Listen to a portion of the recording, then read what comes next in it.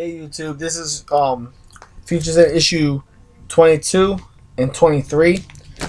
And to start off with issue 22 from last week, apparently there's a group of civilians from this Earth petitioning to prove that Earth 2 civilians are legal. They shouldn't be separated from the norm. However, the government are going to make these Earth 2 IDs stating them that they're not from this world or etc. And the main girl who's doing this petition is trying to explain to Jason, but Jason's like, yeah, you know, if none of these Earth 2 civilians came out to our Earth, we wouldn't be dealing with all this stuff. So they posting the blame of all this invasion and stuff on the Earth, on this Earth 2 civilians. So they're saying if it wasn't for Earth 2, their Earth wouldn't be struggling or going through all this mayhem.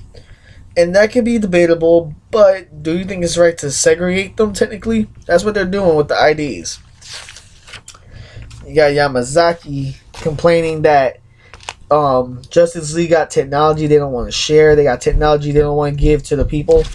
But would you really want to give powerful technology to civilians, especially to people like Yamazaki? Because Yamazaki has been proven to lose his mind. And when scientists lose their mind, they wind up becoming more insane and start building Death Stars.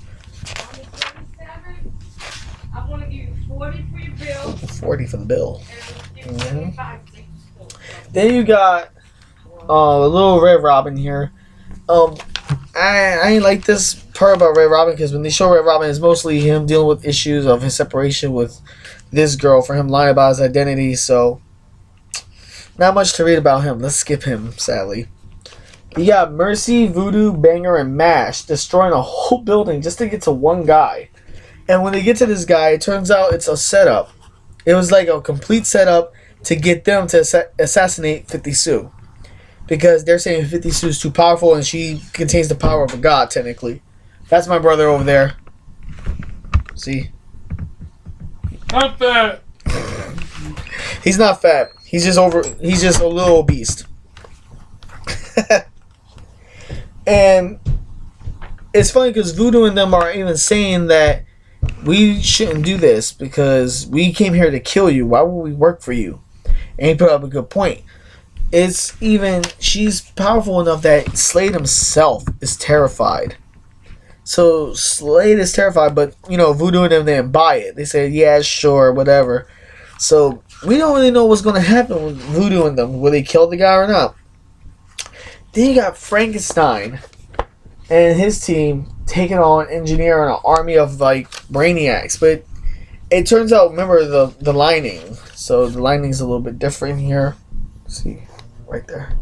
It's like, oh, I'm gonna point at the wrong spots right here. See, that's either Brainiac's text or the Brother Eye, one of the two. So we're not sure what's going on, but we do know that Frankenstein is losing his uniqueness. He's not technically immortal right now because he's bleeding, he's taking wounds, he's feeling the pressure, he's having emotions, and that's causing a lot of problems. But then Dr. Palmer, aka now he changed his name to the Atom, comes out of nowhere with Black Adam. Black Adam came in here to support them and beat the shit out of those brainiacs in exchange for freedom to Earth.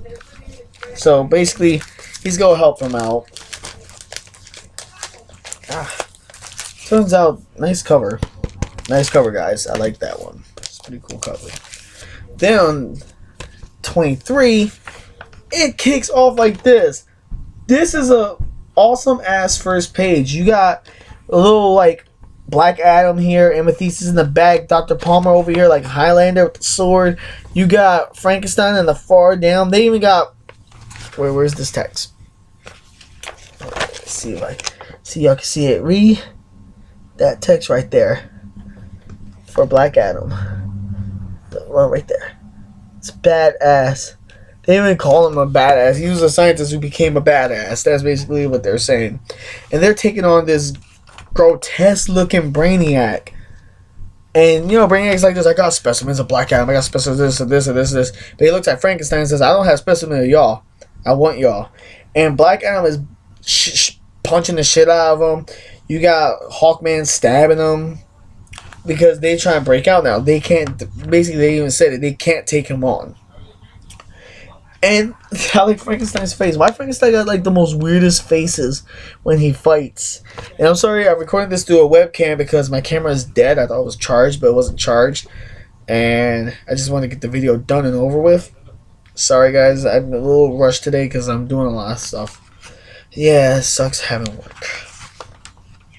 But the thing that the best panel throughout this whole fight is when they said Shazam. I mean, oh my gosh, Shazam. They said Black Adam, we need some support. Check out this panel. He shocks the mess out of Brainiac 3 to 4 times. That's a lot of magical lightning shocking a big ass giant. Like Shazam, Shazam, Shazam.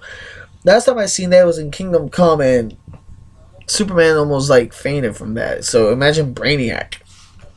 But they do get out of the way. Well, they get out of the area. But it turns out the next fight is going to be Black Adam versus an army of little machines. But the slight problem is in the next panel, it goes to this relationship problem. You know, her complaining that how all men lie to her. Even the person she trusts the most lied to her, which was Tim Drake. It's more of that emotional relationship shit. You can skip that. It's nothing interesting. Nothing to do with the storyline. So let's skip it. And just like I told you before, this is the whole talk about 50 Sue. Nothing more. They're just coming to arrangement. He says, make your move. Would you choose to kill me or work for me? And that's the guy talking to Voodoo, Mercy, Banger, and Mashin, etc. So ain't nothing new there. Now, guys, remember the whole Batman and Joker thing? This comes to play right now. Mr. Terrific is talking to Brother Eye, you know, neglected him. He's trying to ignore him, pissed off at the world. But then they bring out Batman. That's Batman now. And the worst part is they say they broke him. Like, the Brother Eye broke him. Now, the most craziest of panels is the fact when Mr. Terrific says, "Oh my God, Bruce, what did they do to you?" Bruce responded, "It made me a nightmare. One even worse than I could imagine." They infused the Joker with Batman. Now, they're going to send this Batman to kill Terry into the future. They're going to send him to the future to kill Terry. Now, I kind of knew they were going to do something like this, but not like that. Like, that's pretty freaking trippy, man. And that's the way they left off. But you see in the preview panel, we're going to get more shit going down. And these two issues was no disappointment. It's a good read. But I don't like the whole Red Robin thing with his relationship. Like, I could do without that. I could care less. Sorry, Red Robin. Don't care about your relationships. I just care about you picking up your balls and going to figure out what the hell is going on with the Green Arrow Army. Okay? Now, guys, hopefully the next issue will come into play. I want to see what Joke Man, I won't call him the Joke Man, the Batman Joker thing, the Joke Man. I want to see what the hell he's going to do when he goes into the future to take care of Terry. This is freaking insane, because think about it. The martial arts and mindset of Bruce Wayne with the insanity and unorthodox methods of the Joker. This is like Magneto and Professor Xavier making Onslaught. It's something like that.